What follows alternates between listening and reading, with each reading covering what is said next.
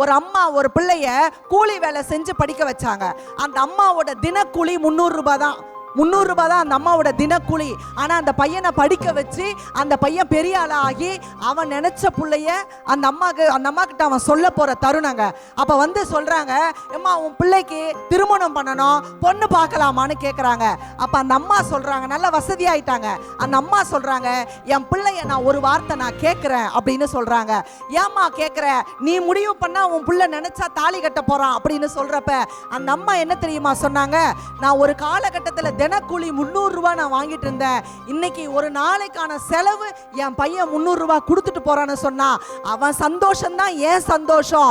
அவன் சந்தோஷமா இருந்தாதான் என் வாழ்க்கை சந்தோஷமா இருக்கும். அவன் யாரை நினைக்கிறானோ அவனுக்கு தான் நான் திருமணம் செய்து வைப்பேன் அந்த அம்மா சொல்றாங்கன்னு சொன்னா அதுதான் வாழ்க்கையிலே மிகப்பெரிய சந்தோஷம் அப்படின்னு சொல்லி காதலிச்சுட்டா ஆயுசு வரையும் மறக்க முடியாது நடுவர் அவர்களே.